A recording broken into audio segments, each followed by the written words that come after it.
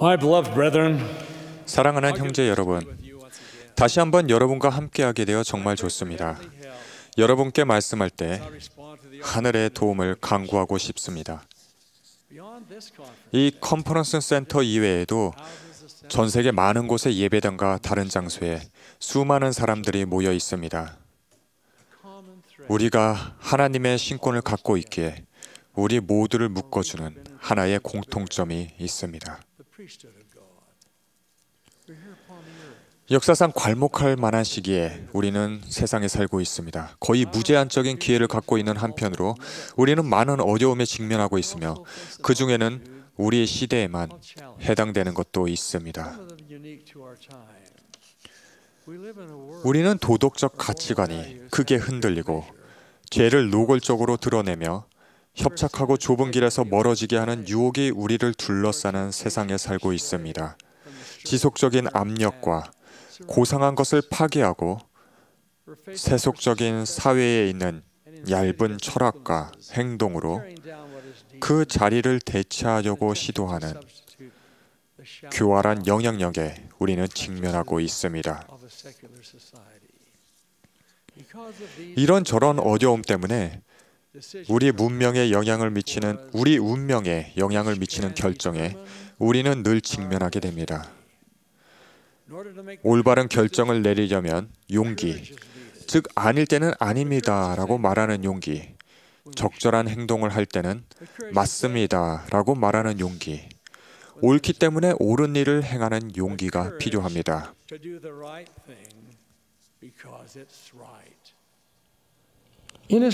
오늘날 사회 경향이 주님께서 우리에게 주신 가치관과 원리에서 급속하게 멀어지고 있기 때문에 우리가 믿는 것을 수호해야 하는 것은 자명한 일입니다. 그렇게 할 용기를 우리는 갖고 있습니까?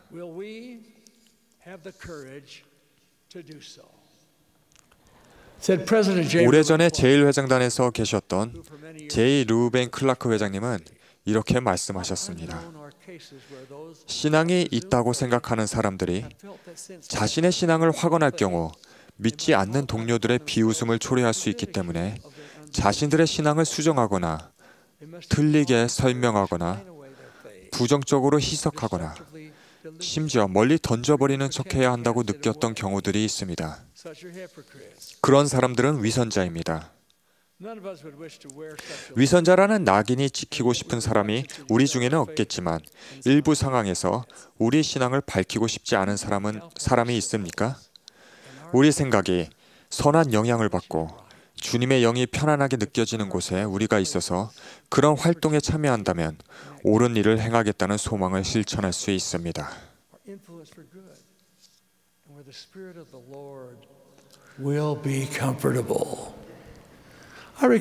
얼마 전에 아들이 학교에 가지 않자 아버지가 아들에게 주었던 이런 권고가 생각납니다. 내가 있어서는 안 될 곳에 있다는 것을 알게 되면 그곳을 당장 떠나거라.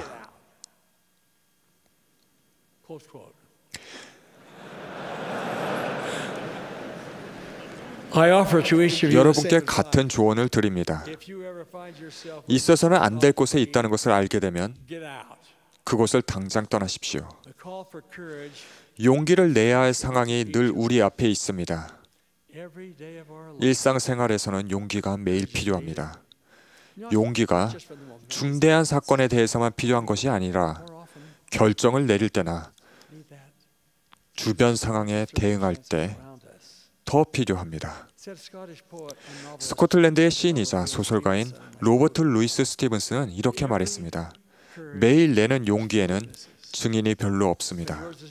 그러나 여러분을 위해 울리는 북소리나 여러분 이름을 외치는 군중이 없더라도 여러분의 용기는 여전히 고귀합니다. 용기에는 많은 형태가 있습니다. 기독교인 저술가인 찰스 스윈들은 이렇게 적었습니다. 용기는 싸움터에서 또는 집에 들어온 도둑을 용감하게 잡을 때만 필요한 것이 아닙니다. 용기의 진짜 시험 때는 훨씬 더 조용히 옵니다. 그것은 내적인 시험으로 아무도 보고 있지 않을 때 충실하거나 오해를 받더라도 혼자서 꾸준하게 밀고 나가는 것입니다. 이런 내적인 용기에 저는 두려운 마음이 들더라도 옳은 일을 행하고 조롱받을 위험에 처하더라도 우리 믿음을 수호하고 친구나 사회적 지위를 잇는 위협이 있더라도 그런 믿음을 지키는 것을 추구하고 싶습니다. 옳은 것을 위해 꾸준히 나가는 사람은 인정을 받지 못하고 인기를 얻지 못할 수도 있다는 각오를 단단히 해야 합니다.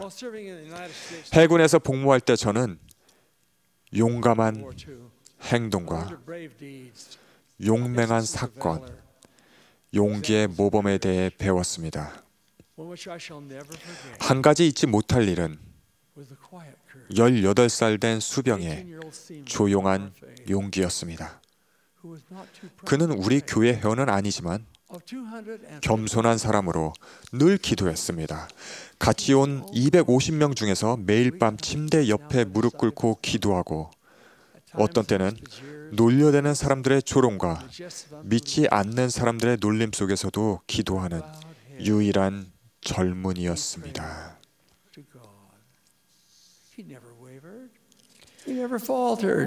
그는 결코 흔들리거나 결코 주저하지 않았습니다. 그는 용기가 있었습니다.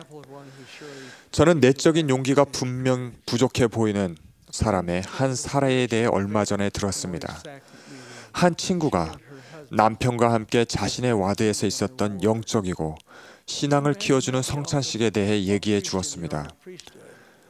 아론신권 제사 직분을 갖고 있던 한 청남이 계명을 지킬 때 오는 기쁨과 복음 진리에 대해 말씀하면서 온 회중의 마음에 감동을 전해 주었습니다. 그는 흰 셔츠와 넥타이를 맨 단정한 모습으로 연단에 서서 뜨겁고 감동적으로 간증을 전했습니다. 같은 날 오후에 이 여성과 남편은 이웃집으로 가면서 몇 시간 전에 간증으로 그들을 흐뭇하게 했던 그 청남을 보았습니다.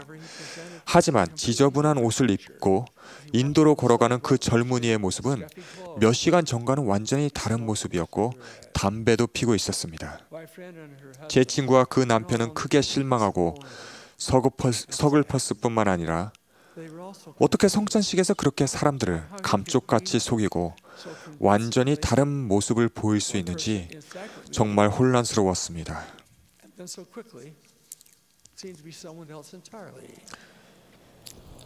형제 여러분, 여러분은 어디에 있든지 또 무엇을 하든지 언제나 같은 모습입니까?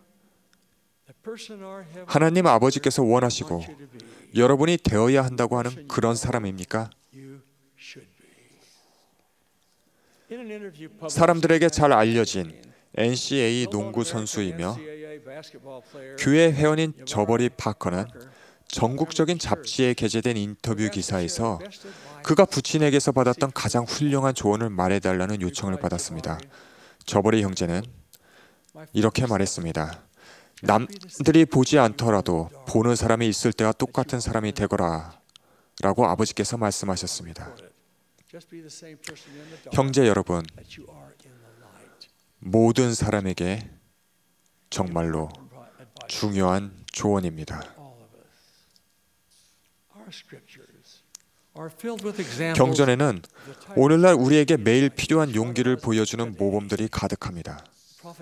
선지자 다니엘은 그가 옳다고 알고 있는 것을 옹호하고 기도하면 죽음에 처하겠다는 위협 속에서도 기도하는 용기를 내어 엄청난 용기를 몸소 보여주었습니다.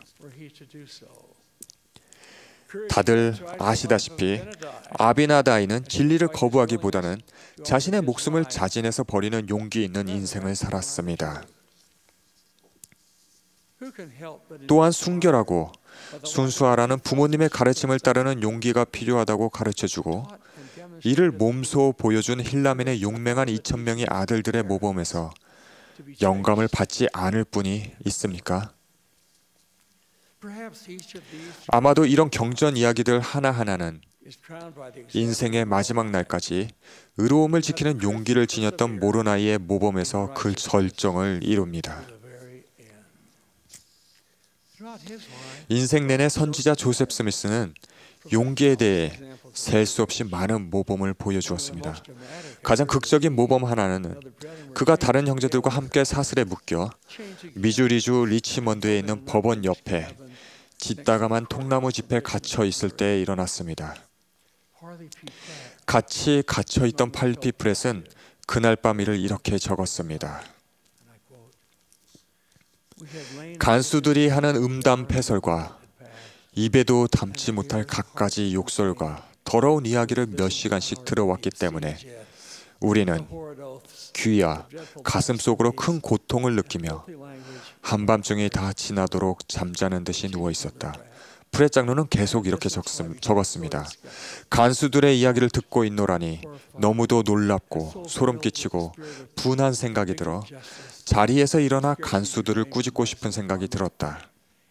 하지만 나는 조셉 옆에 누워 있었고 그가 깨어 있다는 것을 알면서도 그에게나 다른 어느 누구에게도 한마디 말도 하지 못했다. 그때 갑자기 그가 일어서더니 마치 천둥 같은 목소리로 포효하는 사자처럼 외쳤다. 조용히 하라. 예수 그리스도의 이름으로 너희를 꾸짖고 명하노니 너희는 조용히 하라. 나는 단 한순간도 더 그런 말을 듣지 않겠노라. 그러한 말을 그치라. 그렇지 않으면 너희는 나든 즉시 죽으리라. 프렛 장로의 묘사에 따르면 조셉은 매우 위험 있는 태도로 똑바로 섰습니다. 그는 사슬에 묶이고 무기도 없었지만 평온하고 위험이 있었습니다. 그는 두려워서 한 구석에 물러나 있거나 그의 발에 움츠리고 있던 간수들을 내려다보았습니다. 제멋대로 굴던 이런 사람들이 조셉의 용서를 구하며 조용히 있었습니다.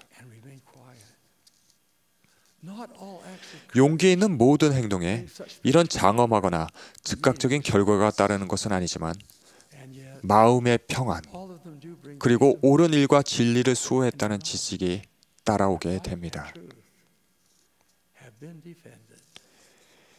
인기 있는 의견과 다른 사람의 인정이라는 흐르는 모래에 자기 뿌리를 심으면 똑바로 설 수가 없습니다.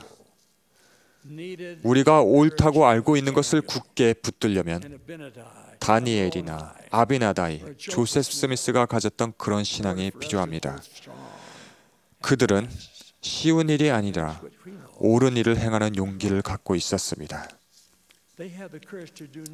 우리 모두는 두려움에 직면하고 비웃음을 경험하고 반대와 마주칩니다. 다수의 의견이라도 물리치는 용기, 원리를 지키는 용기를 갖도록 합시다. 타협하지 않는 용기는 하나님의 인정이라는 축복을 가져다 줍니다. 위험 있게 죽겠다는 자발성뿐만 아니라 기품 있게 살겠다는 각오를 용기라고 생각할 때 용기가 살아있고 매력적인 덕성이 됩니다. 우리가 생활해야 하는 방식으로 생활하려 노력하고 전진할 때 분명히 주님의 도움을 받을 수 있을 것이며 그분의 말씀에서 위안을 찾을 수 있습니다.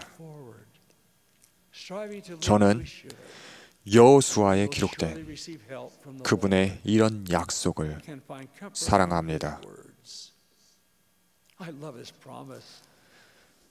내가 너를 떠나지 아니하며 버리지 아니하리니 강하고 담대하라. 두려워하지 말며 놀라지 말라. 내가 어디로 가든지 내 하나님 여호와가 너와 함께 하느니라.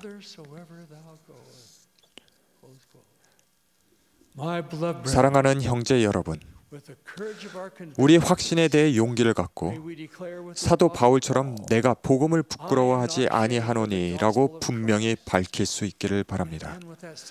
그런 후 같은 용기를 갖고 오직 말과 행실과 사랑과 믿음과 정절에 있어서 믿는 자에게 본이 되라라는 바울의 권고를 따를 수 있기를 바랍니다.